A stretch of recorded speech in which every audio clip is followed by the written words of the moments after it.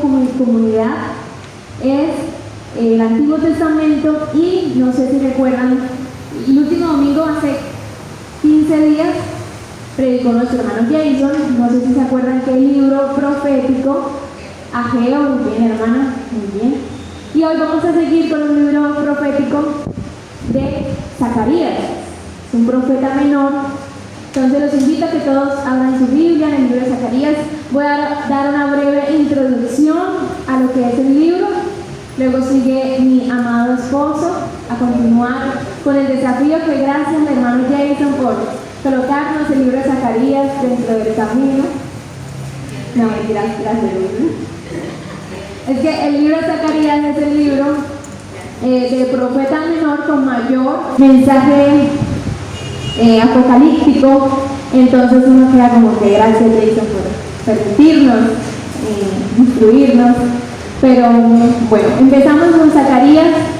El nombre de Zacarías, ¿alguien sabe qué significa Zacarías? No, Zacarías significa Jehová recuerda. Bonito nombre para sus futuros hijos o niños. Zacarías significa Jehová recuerda. Es un profeta menor, como les comentaba, es el libro más apocalíptico y mesiánico de todos los profetas menores.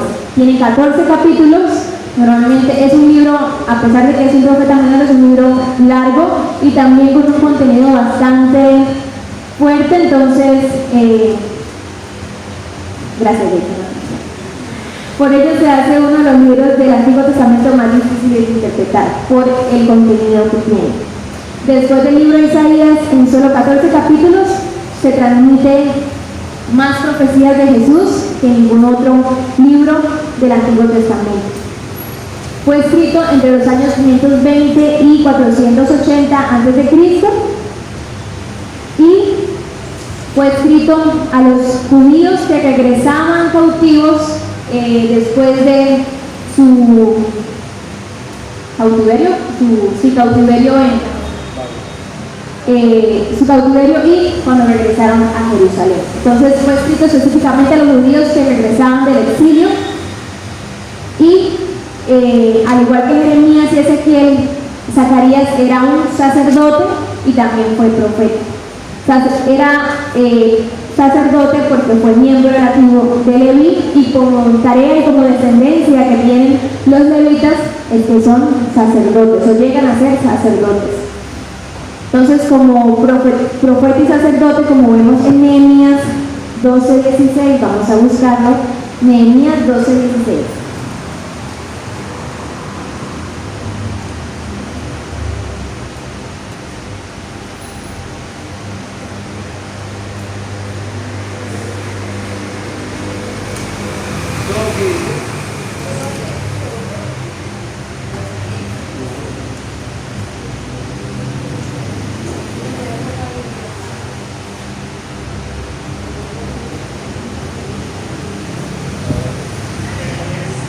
Nehemías 12:16 dice, ahí se nombra a Ido, que es el abuelo de Zacarías, Ido, Zacarías de Ginetón, Mesulán. Ahí se nombra como la descendencia de donde venía Zacarías y precisamente su abuelo Ido es mencionado como uno de los líderes de los sacerdotes que viajaban a Zorobabel desde Babilonia a Jerusalén. Entonces tanto Zacarías como su abuelo tuvieron un papel importante dentro de la reconstrucción del templo y de que todos volvieran, después de que ellos volvieran a Judá, a Jerusalén, a reconstruir el templo.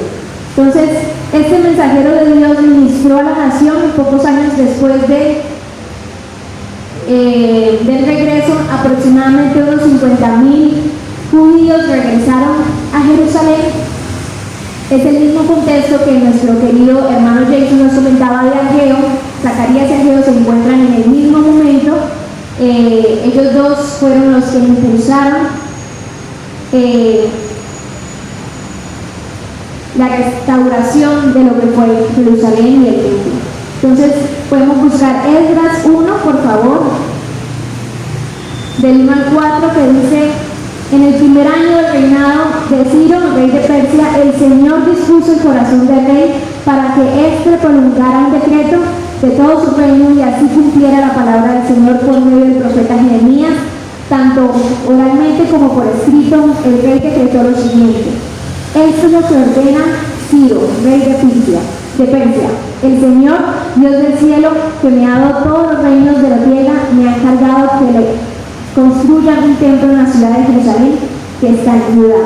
Por tanto, cualquiera que pertenezca a Judá, vaya a Jerusalén a construir el templo del Señor, Dios de Israel, el Dios que habita en Jerusalén, y que Dios los acompañe. También ordeno que los habitantes de cada lugar donde hayan judíos sobrevivientes los ayuden dándoles plata, oro, bienes y ganado, ofrendas voluntarias para el templo de Dios en Jerusalén. Entonces, por decreto del rey Ciro, todos los judíos podían volver a Jerusalén para reconstruir el templo y lo que era como tal este pueblo. Y ellos inmediatamente volvieron a Jerusalén, comenzaron a reedificar el templo, como lo vemos en Esdras, mismo hay Esdras en el capítulo 3, por favor. Capítulo 3, 1.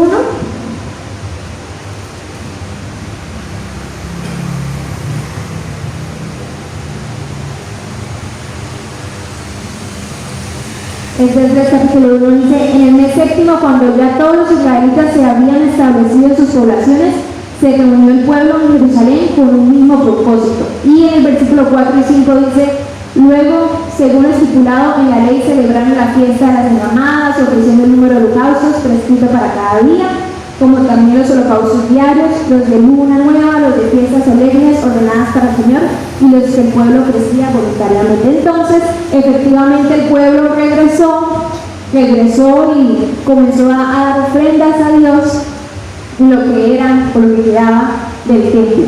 Pero por diferentes oposiciones de vecinos y también algunas indiferencias internas que entre los judíos estaban, esta obra de reconstrucción o esta obra de volver a ver el templo como estaba fue abandonada por los judíos, como lo vemos en Esdras 4:24, que dice: de este modo el trabajo de la reconstrucción del templo de Dios en Jerusalén quedó suspendido hasta el año segundo del reinado de Darío, rey de Persia. Y ahí es donde aparecen nuestros dos protagonistas, Ageo y Zacarías, 16 años más tarde, como lo vemos en Esdras 5, del 1 al 2. Dice: los profetas Ageo y Zacarías, hijo de Ido, profetizaron a los judíos que estaban en Judá y Jerusalén, en el nombre de Dios de Israel, que velaban por ellos. Entonces ahí vemos cómo dos personajes, dos profetas, Ageo y Zacarías, se les dio la tarea de ir a motivar al pueblo a reconstruir el templo, y como resultado este fue terminado, como lo vemos más adelante en Esdras 6:15, que dice: la reconstrucción del templo se terminó el día 3 del mes de Adar, en el año sexto del reinado de Darío. Entonces, como conclusión en lo que sería la breve introducción, Ageo, como lo escuchábamos con nuestro hermano Jason, anima a reconstruir el templo. Vemos como algunas personas estaban concentradas en sus casas, en tenerlas bien bonitas y demás, pero Ageo les dice: tienen que enfocarse en reconstruir el templo. Mientras tanto, Zacarías llama al pueblo a volver al Señor, a volver a Jehová, y como vemos en el primer capítulo de Zacarías, vemos el título que dice: un llamado al volver al Señor. No sé qué título tiene el primer capítulo de sus versiones. Exhortación al arrepentimiento. Y por aquí, llamamiento a volver a Jehová. Entonces, de esto se enfoca el mensaje de Zacarías: llamamiento a volver a Jehová, exhortación al volver a Jehová. Entonces, las intervenciones de Zacarías y Ageo se lograron pocos.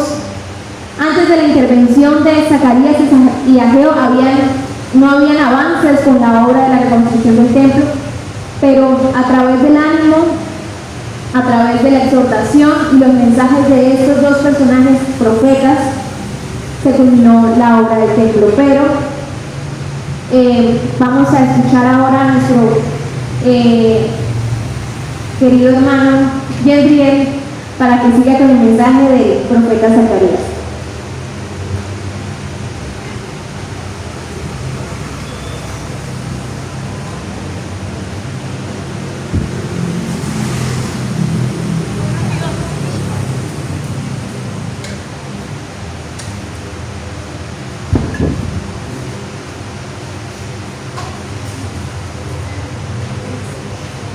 Buenos días. Vamos a continuar en el libro de Zacarías. Voy a leer ciertas cosas, pero no la busquen porque son muchos versículos. Entonces, la idea no es, si quieren lo anoten o algo así, pero no busquen.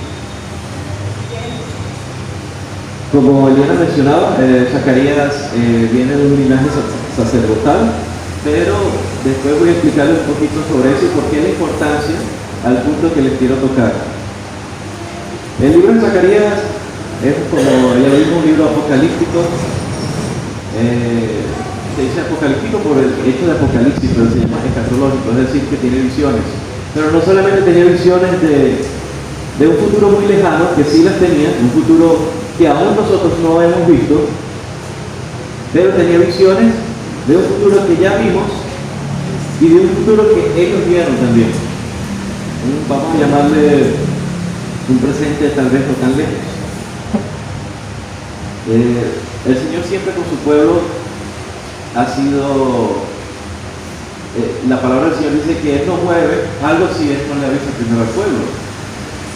En Zacarías también tiene una importancia en el tiempo de Jesús, porque cuando Jesús habla con los fariseos, hay algo que sucede, que él le dice, ustedes también mataron a los profetas, ¿se acuerdan? Y entre esos mencionó a Zacarías. Zacarías murió apedreado.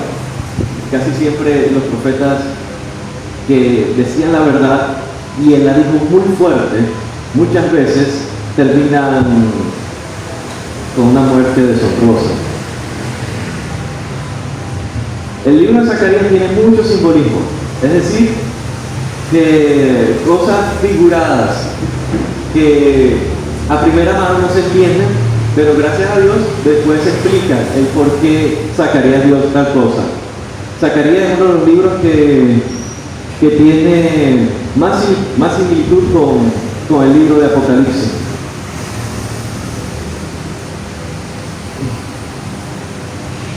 En aquel tiempo no había películas, así que me imagino que al notar todo esto era como ver una escena en su mente, en su imaginación, porque él se paraba delante del pueblo y le decía todo lo que el Señor le había mostrado. Y había a veces circunstancias donde él no quería hablar de ese tipo de, porque acarrearía consecuencias complicadas. Ok, los primeros 8 capítulos del libro de Zacarías hablan de ese presente que ellos sí van a ver. Tal vez no lo vea la generación de Zacarías, pero la siguiente generación sí va a ver ese acontecimiento. Llamémosle un futuro cercano a Israel.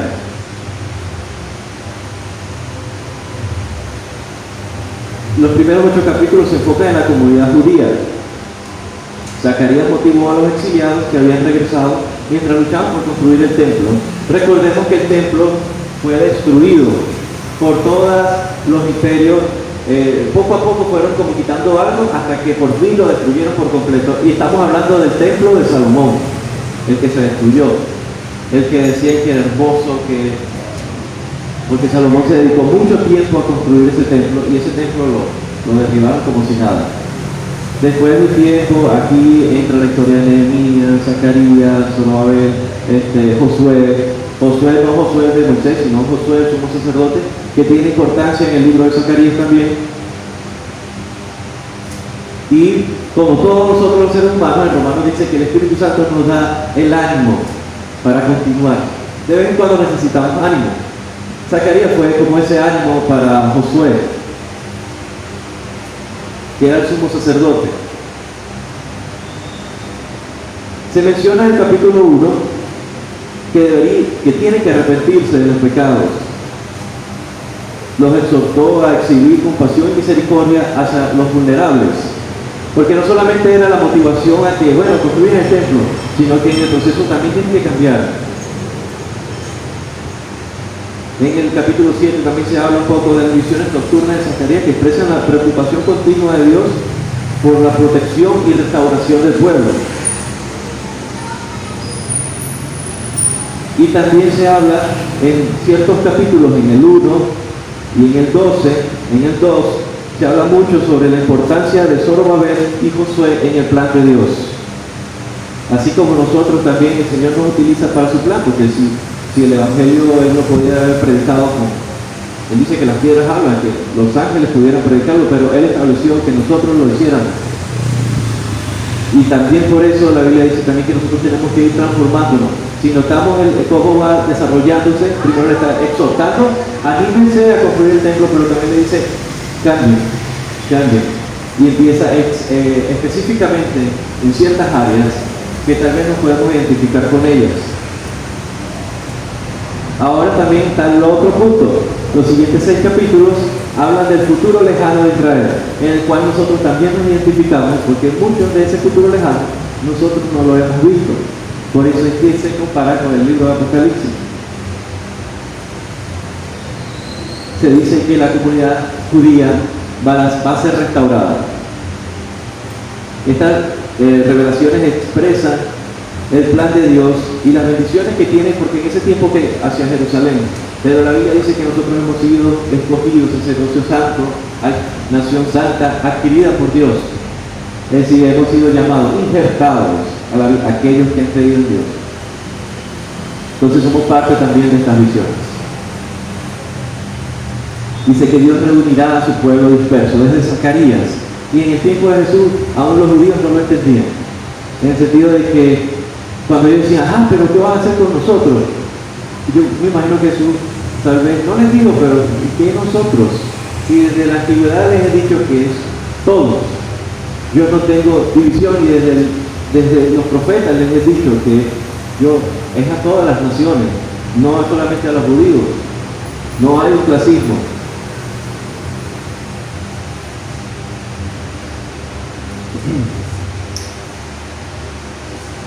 En uno de los capítulos finales dice la visión de Zacarías, veía un rey y la victoria final de Dios sobre el mal.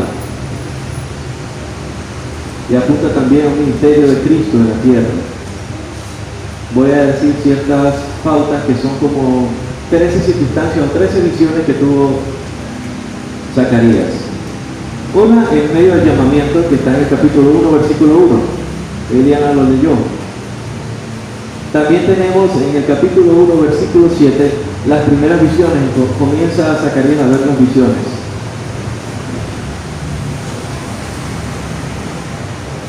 Y dice así, el día 24 del mes 11, que es el mes de Sebat, el año segundo del rey Darío, vino la palabra del Señor al profeta Zacarías, hijo de Berequías, hijo de Idó, diciendo, he aquí, de una noche vi a un hombre que iba montado en un caballo rojo. Y empiezan las visiones. Ahí comienza Zacarías a ver todas estas visiones. Después en el llamamiento de los cautivos. En ese momento, el llamamiento de los cautivos eran los cautivos que estaban en Babilonia. Recordemos, Zacarías nació en Babilonia, nació en cautiverio. Pero no es un cautiverio en el sentido de que estaban con cadenas, porque había una comunidad. Recordemos que estas comunidades fueron influenciadas también por el sentido helenista, es decir, esta cultura griega, donde sí, eran parte del imperio, pero también ellos respetaban su cultura. No era como anteriores, que bueno, eran esclavos, eso siempre, creo que tal vez a través de los años vieron como que eso siempre causaba rebeliones, y era mejor que bueno, nos tenemos aquí, paguen tributo, hagan su vida, su cosa, pero respeten, mantengan los márgenes.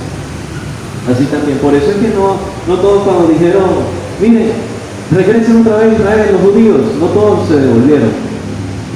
Y no era porque los estaban obligando, no, es porque algunos ya se sentían cómodos en Babilonia y dijeron, yo me quedo ahí, o en los imperios que pasaron. Y no todas las tribus regresaron. 1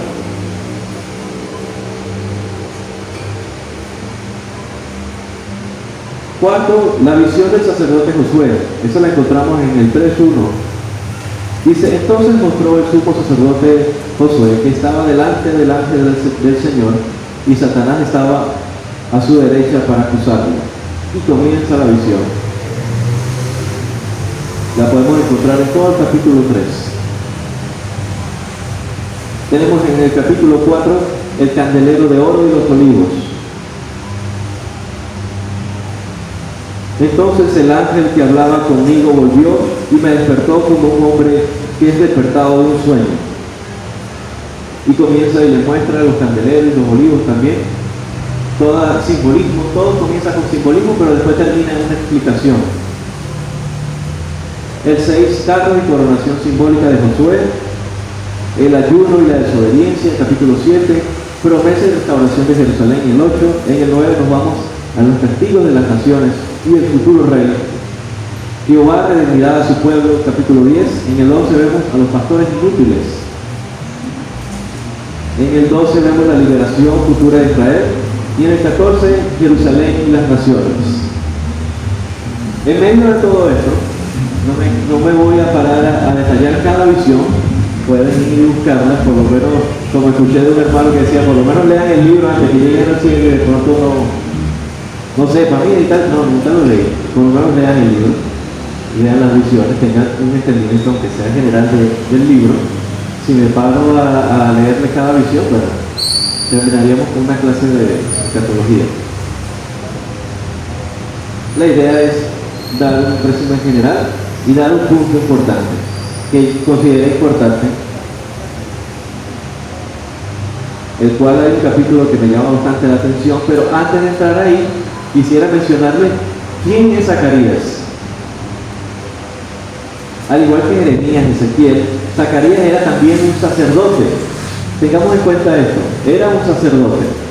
Hace 2 años, creo que 2 años, hicimos una obra de teatro aquí representando al lugar santo, santísimo, el patio exterior. Fue bastante esclarecedor porque, bueno, aunque yo haya visto eso y estudiado, cuando lo hicimos, en el sentido de el orden de cómo van las vasijas, cómo va esto, cómo van los panes, qué tal, no, era extremadamente riguroso y también llevaba mucho esfuerzo para algo que se tenía que hacer año tras año.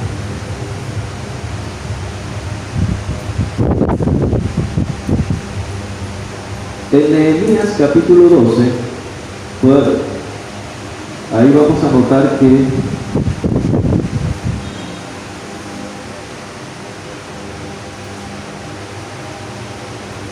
Nehemías capítulo 12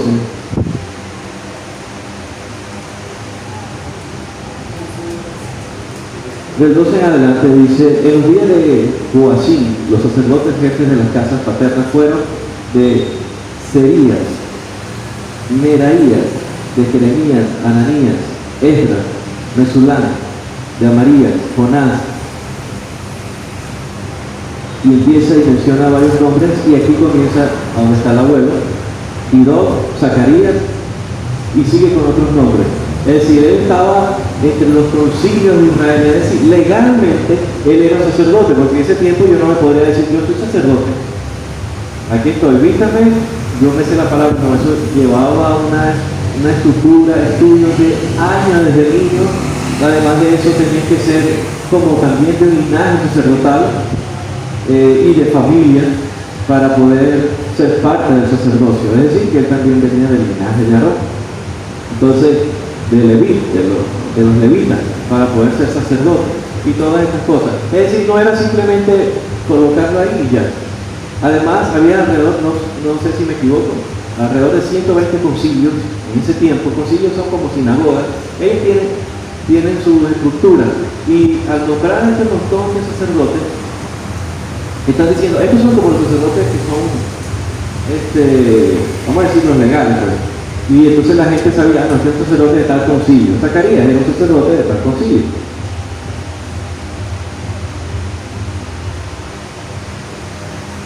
De acuerdo con la tradición, él era un miembro de la gran sinagoga, lo que le dijo. El concilio, un concilio de 120, originado por Nehemías, y presidido por Esdras.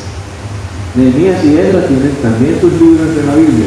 Todo esto está como en ese mismo momento, en ese mismo contexto histórico que estamos leyendo.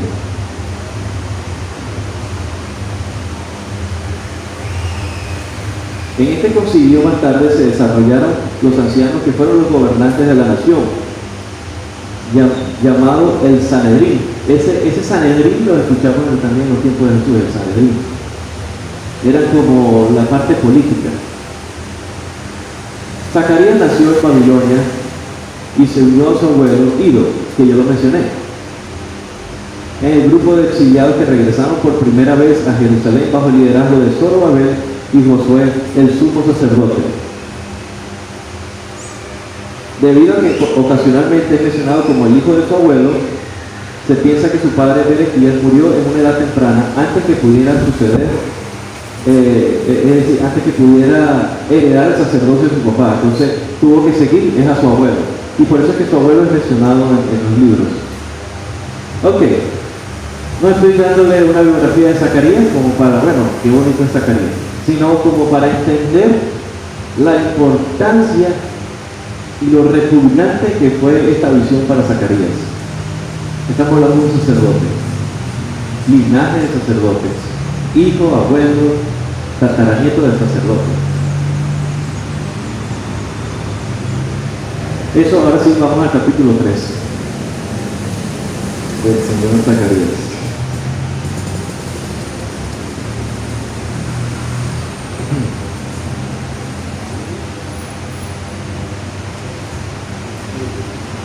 Capítulo 3.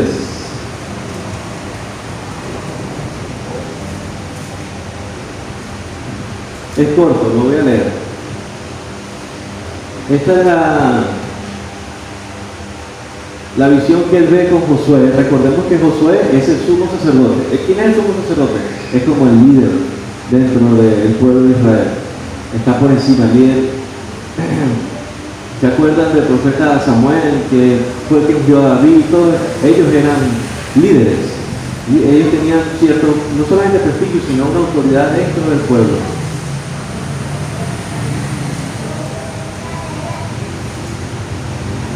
Comencemos. Entonces me mostró al sumo sacerdote Josué, que estaba delante del ángel del Señor, y Satanás estaba a su derecha para acusarlo. Intentemos imaginar la escena. Recordemos que el templo, visionemos así, tiene un cuadro rodeado de estacas, ese cuadro tiene un orden con lino, con muchas cosas bien específicas para que se cree. Dentro de ese cuadro hay una carpa. Dentro de esa carpa está lo que le llaman el lugar santísimo. A ese lugar solo entraban los sacerdotes una vez al año, en el día llamado el día de la expiación. Pero también estaba el exterior, que es donde la gente estaba, las personas, todo el pueblo esperando, porque ¿cuál era el objetivo de ese año? Que los pecados de los sacerdotes y del pueblo fueran perdonados. La visión más o menos trata eso. El ángel del Señor dijo a Satanás: el Señor te reprenda, Satanás. Repréndate el Señor, que ha escogido a Jerusalén. ¿No es este un tizón arrebatado del fuego? Y Josué estaba vestido de ropas sucias, en pie delante del ángel. Y él se habló y dijo a los que estaban delante de él: quitadle las ropas sucias. Y a él le dijo: mira, he quitado de ti tu iniquidad y te vestiré de ropas de gala. Después dijo: que le pongan un turbante limpio en la cabeza. Y le pusieron un turbante limpio en la cabeza y le vistieron con ropas de gala, y el ángel del Señor estaba allí. Entonces el ángel del Señor amonestó a Josué diciendo: así dice el Señor de los ejércitos: si andas en mis caminos y si guardas mis ordenanzas, también tú gobernarás mi casa. Además tendrás a tu cargo mis atrios y te daré libre acceso entre estos que están aquí. ¿Sabe lo que le está diciendo ahí? tú podrás entrar y salir. Eso es algo ilógico. Escucha ahora, Josué, somos sumo sacerdote, tú y tus compañeros que se sientan ante ti, que son hombres de presagio, pues he aquí yo voy a traer a mi siervo el renuevo. Porque he aquí la piedra que he puesto delante de Josué, sobre esta única piedra hay 7 ojos. He aquí yo grabaré la inscripción en ella, declara el Señor de los ejércitos, y quitaré la iniquidad de toda esta tierra en un solo día. Aquel día, declara el Señor de los ejércitos, convidaréis a cada uno a su prójimo bajo su parra y bajo su higuera. Él está diciendo a un sacerdote, Zacarías, que entiende a la perfección el sacrificio y lo que implica todo esto, que se los voy a explicar, no tan a detalle, pero sí un poco al detalle de lo que hace el sacerdote. Y Zacarías tiene 50 años, en su uso de razón, tal vez tiene 45 años viendo lo mismo, una vez al año, un sacrificio, todo el pueblo ahí, donde el sacerdote se separa de la nación, del pueblo, en el día de la expiación el sacerdote se separa alrededor de una semana y se aislaba totalmente de todo para no tocar nada inmundo.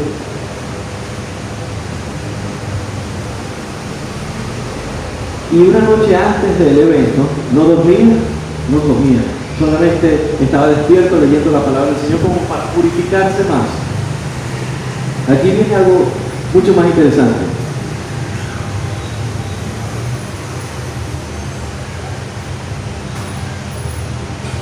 Él entraba con un cordero para hacer un sacrificio por su propio pecado.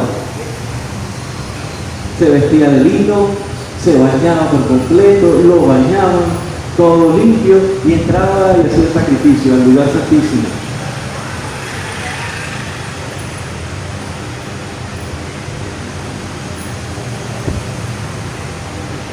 Salía del lugar y volvía a repetir el procedimiento.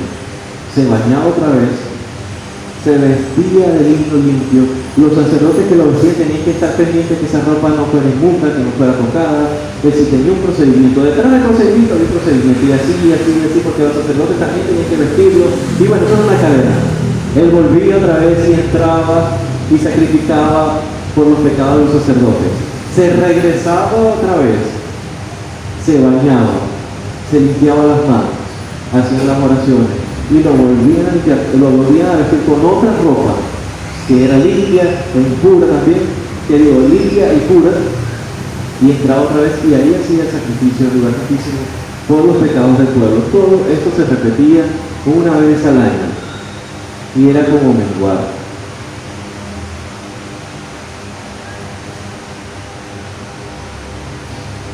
Entonces, Zacarías al observar y notar que el Señor lo primero que le dice, y veo a Josué, pero sus ropas están sucias, totalmente impuras, y entra a los atrios con toda esa impureza, pero el Señor no dice, salte porque es impuro y mátelo, sino que él ve que en medio del desarrollo de la historia, él hace todo. Él se baña, vuelve y se viste y está sucia esa ropa. Él sabe que eso significa muerte. Él conoce lo que significa eso. Esto no es una simple profecía que, bueno, ¿cómo lo podría explicar yo? Que uno viera a un muerto, que se le ve el corazón algo desagradable, y es la cara tuya, que viene a la iglesia, ofrenda y tal, y se le ve el corazón, el hueco, todo, enfermedad, descanso, todo así, todo allá adentro, y tú te ves, pero horrible, tú sabes que eso es la muerte, y tú te ves sirviendo, haciendo esto, y esto es más o menos lo que él está viendo. Ve al sumo sacerdote, que ha sido elegido porque lo eligen conforme a ciertas cosas de estructura. Entonces, esta persona que se purificó una semana antes, que no durmió, que estuvo leyendo, que tal, que estaba todo sucio, y es como una falta de respeto. Y no solamente eso, ¿y por qué Dios permite eso?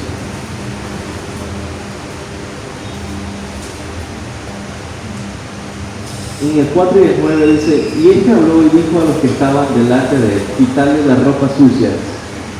Y él dijo, mira, he quitado de ti tu iniquidad y te vestiré de ropas de gala. Porque he aquí la tierra que he puesto delante de Josué. Sobre esta única piedra hay 7 ojos, y aquí yo grabaré una inscripción en ella, declara el Señor de los ejércitos, y quitaré la iniquidad de esta tierra en un solo día. Todos los años hacían muchos sacrificios, pero ahora el Señor le dice a Zacarías que tal vez que dentro de 400, 500 años, que él no tenía ni idea, iba a haber un solo sacrificio, y en un solo día, y no iba a haber necesidad de otros sacrificios. Siglos después vendría un Josué distinto. Este Josué no es el Josué, este es el Josué que tipifica a Jesús. Jesús es llamado aquí como el renuevo, y es el nombre perfecto que encaja en las visiones de Zacarías, porque es el renuevo, algo nuevo. Si lo colocamos rey nuevo, rey guión nuevo, está diciendo rey, es decir, repetido. Repetimos ese nuevo otra vez. Este vendría un nuevo Josué, pero haría las cosas a la inversa. Este nuevo Josué vendría con ropas de gala, inocente, sin manchas, y un día en específico, por gente inmunda y malvada, se vestiría de tu vestido sucio e inmundo. Él se impregnaría de tu pecado para nosotros impregnarnos de su justicia perfecta en un solo día. Si nosotros notamos esto,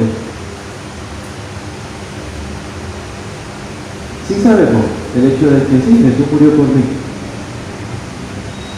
pero no sabemos el significado o la importancia de lo que sucedió, de lo que vio y Zacarías ahí. El rey de todo, viene limpio y dice, ahora yo cambio mis vestiduras por las tuyas, que siempre están sucias, y toma las mías. Entonces, ahí podemos fácilmente, delante del Padre, las vestiduras son las de Él, la corona es la de Él, mi paciencia es de Él, lo bueno que tengo es de Él, mi inteligencia o lo que yo alabe de mí viene de Él. Y ahí es donde ese versículo que tanto nos encanta toma sentido en Apocalipsis capítulo 19, lo pueden buscar. Apocalipsis capítulo 19, del 7 al 8.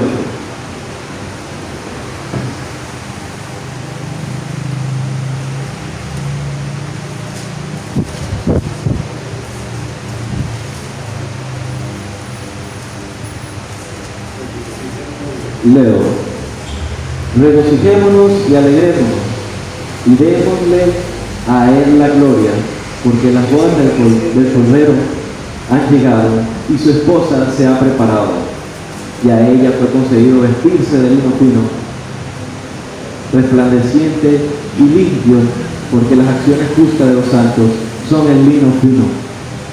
Ahí está una canción de eso. Pero ese lino no es mío, ese lino es de Él. No tengo nada, todo es de Él. Pablo entendía este versículo de Zacarías.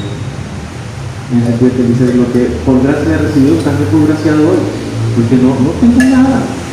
Todo es efímero, todo es vacío, pero Él sí es eterno. Él sí cambió todo por mí. El perfecto lo hizo por alguien perfecto. Este es el Dios justo que perdona al malvado y aún así mantiene su justicia intacta. Porque ningún juez en su sano juicio va a perdonar a un malvado que merece un castigo, que violó y mató, pero Él sí perdona. Y si un juez hiciera eso sería corrupto, pero este juez sí lo hace y es un juez justo. Termino con Zacarías. del capítulo 6, del 12 al 13.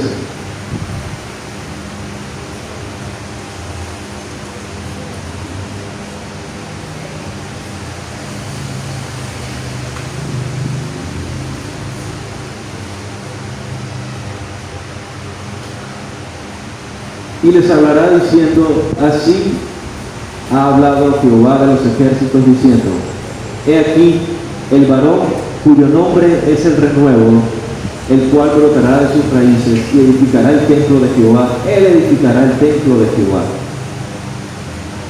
Él llevará gloria y él se sentará y dormirá en su trono.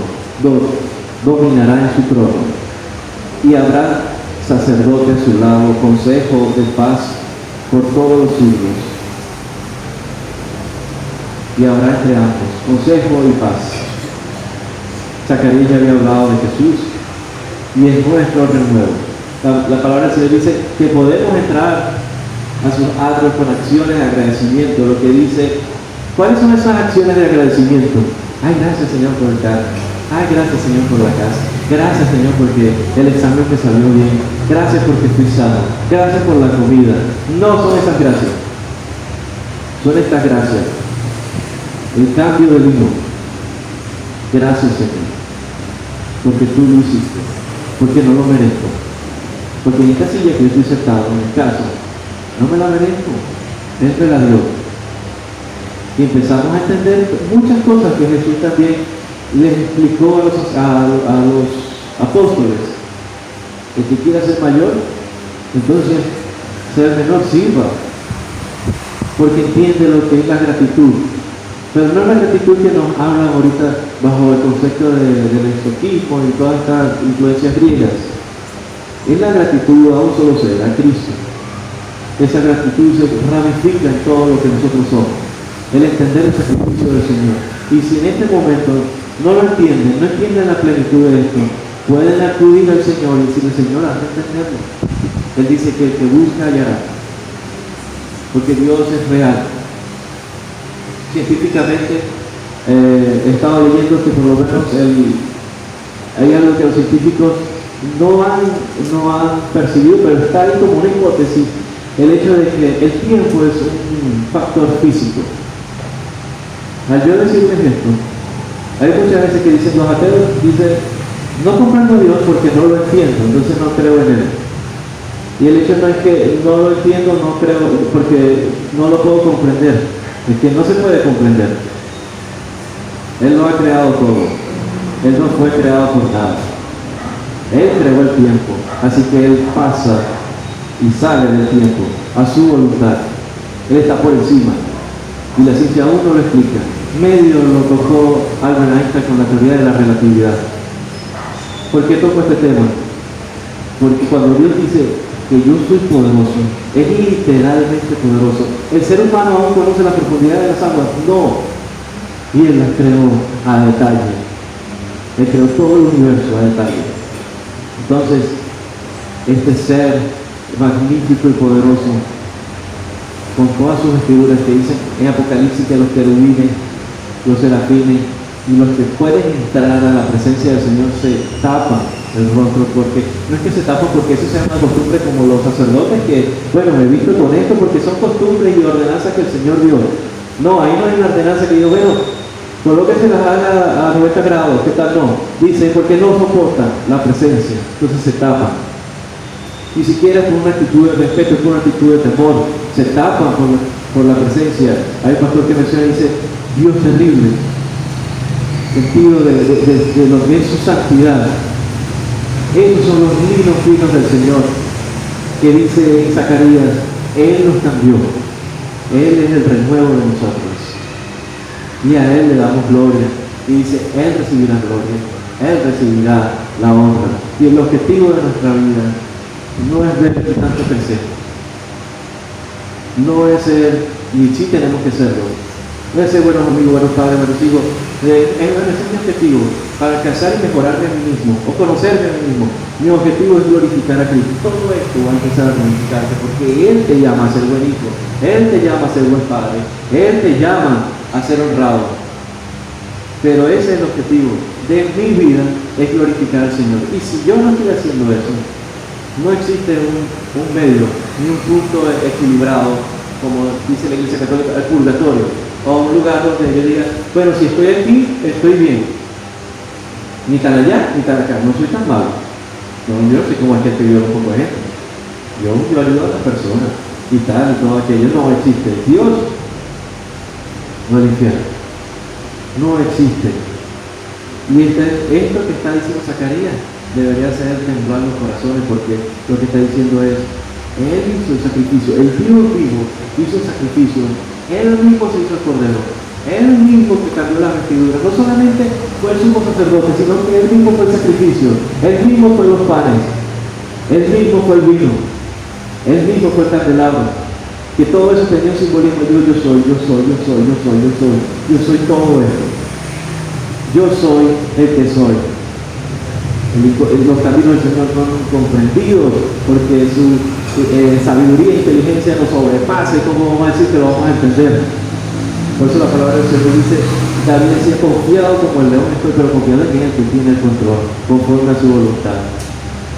Entonces, mis hermanos, glorifiquemos al Señor con nuestras vidas, con nuestros planes, con nuestros futuros, con nuestros anhelos, con nuestros pensamientos, con todo. Él ya hizo el sacrificio. Señor, gracias por tu palabra, gracias por permitirnos leerla aquí en persona, con las personas. Yo sé que hay muchos lugares donde esto no se puede hacer. Honramos, Señor, a aquellas personas también que se sacrifican en lugares inhóspitos para llevar el Evangelio. Y nosotros pensamos, cuando vamos a llevar el Evangelio, a hacer algo, nos da vergüenza o ciertas cosas. Señor, queremos y quiero glorificarte, Señor, con mi vida. Más allá de esto, hay noticias que pueden cambiar eso. No es necesario que llegue una mala noticia de enfermedades, circunstancias económicas para ver realmente quién eres tú, Señor. Ayúdanos a verte, Señor, y a glorificarte, a tomar decisiones basadas, Señor, en lo que te agrada y en tu voluntad, Señor. Ayúdanos a esforzarnos por conocerte a través de la palabra y no solamente oírla. Queremos conocerte, Jesús. Gracias, Señor. Sabemos que en ti tenemos un amigo, tenemos al sumo sacerdote, tenemos un abogado que nos defiende y tenemos también un consolador que nos consuela. En el nombre de Jesús. Amén.